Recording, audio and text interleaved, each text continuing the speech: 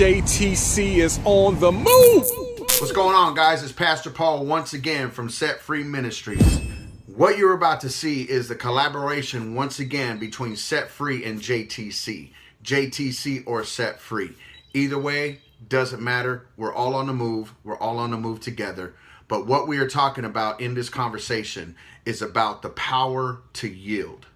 What does yielding mean to you? Stay tuned, and you're going to hear it from somebody else's perspective, from my perspective, from e.Wilson's perspective. What's your own perspective? Stay tuned. 6 months ago, and this man right here does a powerful mentorship. And we've done a scope before called SetFree to Serve. And so what we're going to talk about today is yielding to whatever your situation may be. Now, this is going to be able to relate to anyone who is a believer or not, because the bottom line is to yield, you first have to have a sign. You got to have the sign to be able to understand there's a reason why I've got to yield, right? So even when you're driving, if you don't see the yield sign, you have no reason to even want to yield. Was about the detours in life, because the detours is really not a block of what God wants you to do. It's really another way around the process, the places that you think that you want to go. God is really truly just taking you around the other way and getting you back on path. It's just that thing that was in your way, he's taking you on a detour. So Woo, I'm learning, y'all. I'm in here, but I'm learning. The Pastor P is in the house. Shoot. You was thinking about that. I was thinking about Jesus when he said, I have need to go through Samaria. And they didn't want to go back through Samaria. And that's what you made me think of, that even in the detour, as we see it as a detour, there's a divine purpose for us to get to the destination. So I won't collaborate on that yet, but I just got excited about, we was just talking before we got on camera, talking about your situation and how, I said, whatever it is, you got to enjoy it. You got to find a way to enjoy the detour, or just the mere fact of hearing the word detour. When we hear that, it's like, oh, it's going to take longer. But if we can, and that's normal, but if we can catch that imagination and say, oh, there might be something else I'm going to see on the detour. Right. That's much more fulfilling than if I would have just went. Exactly. Boom shaka. Boom shakalaka. That's for Alex right there. Yeah. Boom shakalaka. Pow. Prime example. I was looking around, looking for my keys to get here. My first response was, I have a spare set.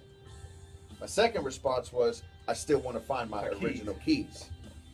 Because I knew that I had drove home. My truck's in the parking lot or in the driveway. So I knew, okay, my keys are here. Where did I put them? Come to find out, I had searched every place in the home except the garage. I remembered I was talking to Michelle Flores when I was walking into the house. Garage door was open, so guess what? Paulie Barr is going to take the easiest route to get into the house. I'm in there, and I remember once I saw the keys when I went into the garage, I saw the keys, and I said, now I remember why I came into the garage.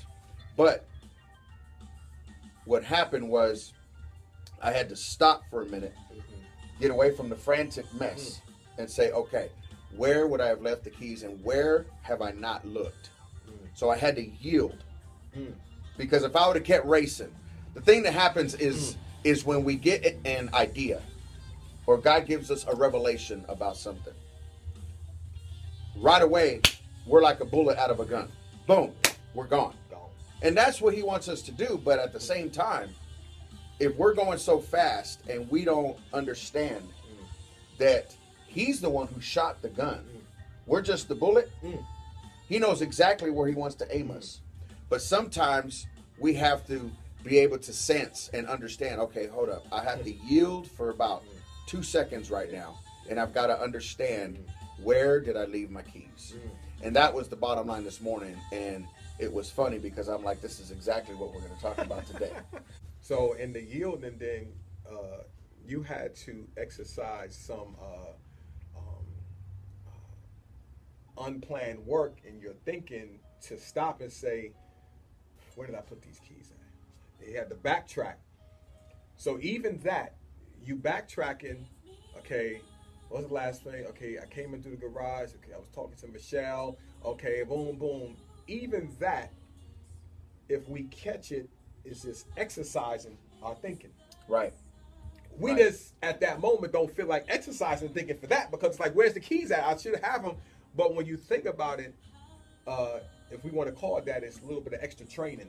Right. With your mind, our minds, that as we have to go back and think, where did I put that? The frustrating part is that we lost it. Right. But if we can catch that, I'm talking to me, if we can catch that and say, just let me think for a second. Like you said, let me step back for a minute and just, You know, I think it was Robert Townsend or something, Bowen Black and the Beauty said, I don't know what show that was, and something make you go, Sometimes you just gotta say, you know what?